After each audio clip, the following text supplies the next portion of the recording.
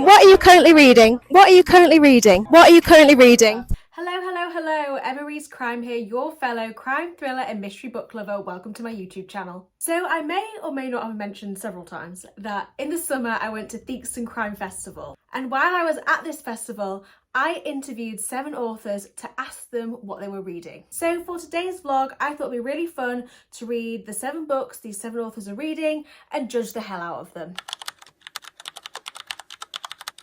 What are you currently reading? Currently reading. Okay, so I first thought we'd start off with Ellie Griffiths, who is the author of the Ruth Galloway series. I've heard amazing things about these books, however, the covers are hella ugly and I've just never wanted to read them purely because the covers put me off. However, I did love The Frozen People by this author and I'm very excited for book 2.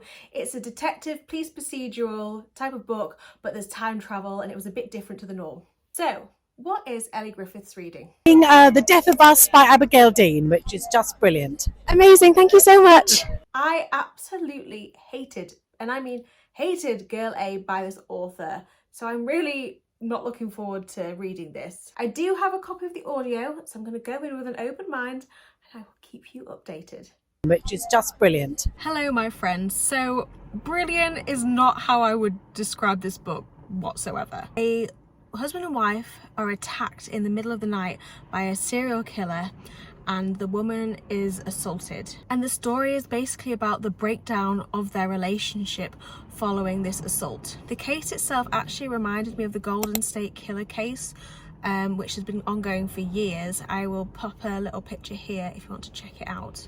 The book, however, doesn't really focus on the serial killer element of the story and more about the love and relationship breakdown, which just isn't my thing at all. I didn't like Girl A by this author either, so I think it's just safe to say that this author, she's not for me. I don't get on with her writing style at all. It gives me real pretentious vibes and I just find it really slow and boring, so I DNF this around the 20% mark. I can see why Ellie Griffiths and other people might enjoy it, but yeah, not for me. Anyway, I'm now going to go to the works because for Black Friday they have a 4 books for £7.50 deal, so I want to go and see what books they have and I thought I'd bring you along with me.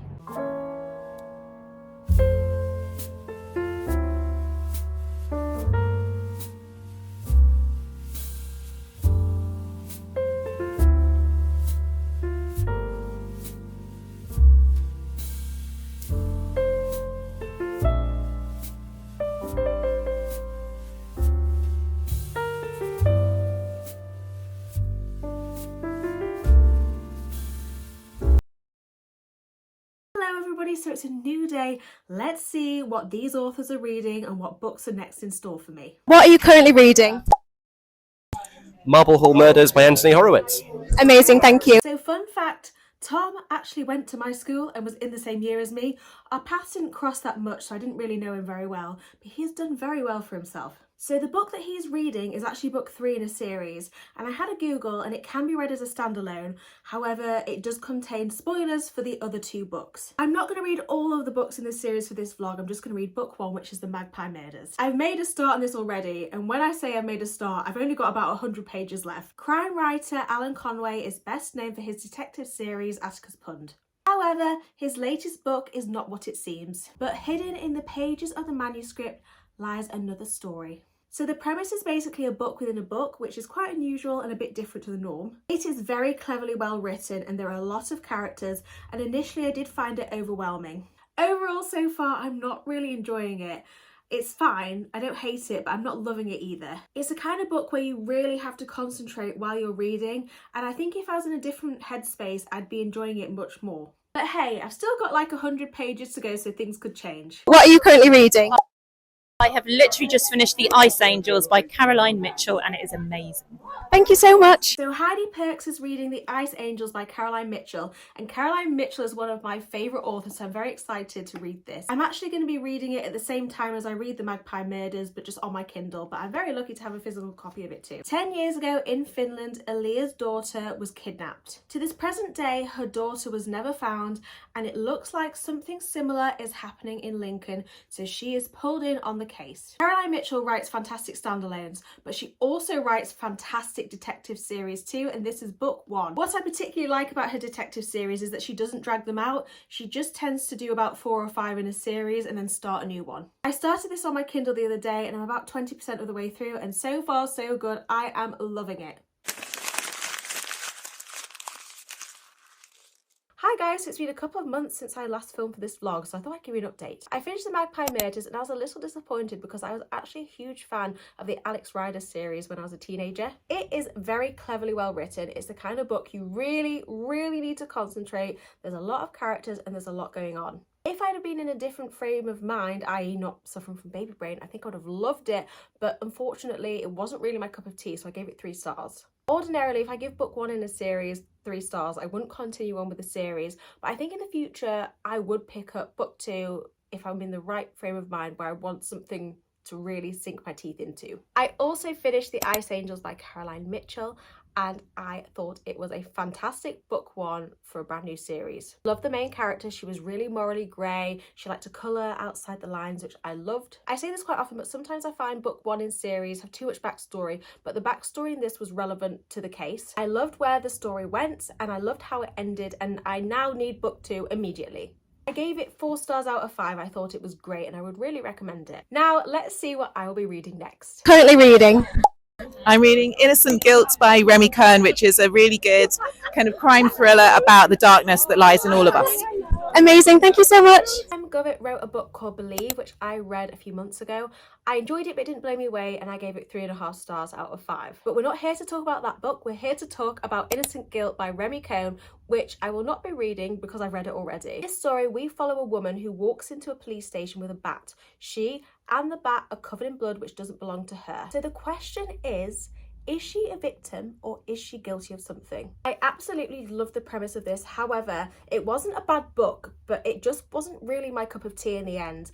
I love that we get the points of view of a detective and a journalist, and it was really well written. Like, you can tell that the author's a very talented writer. However, there was a lot going on and a lot of characters, and it was a kind of book you really had to concentrate, like with the Magpie Murders.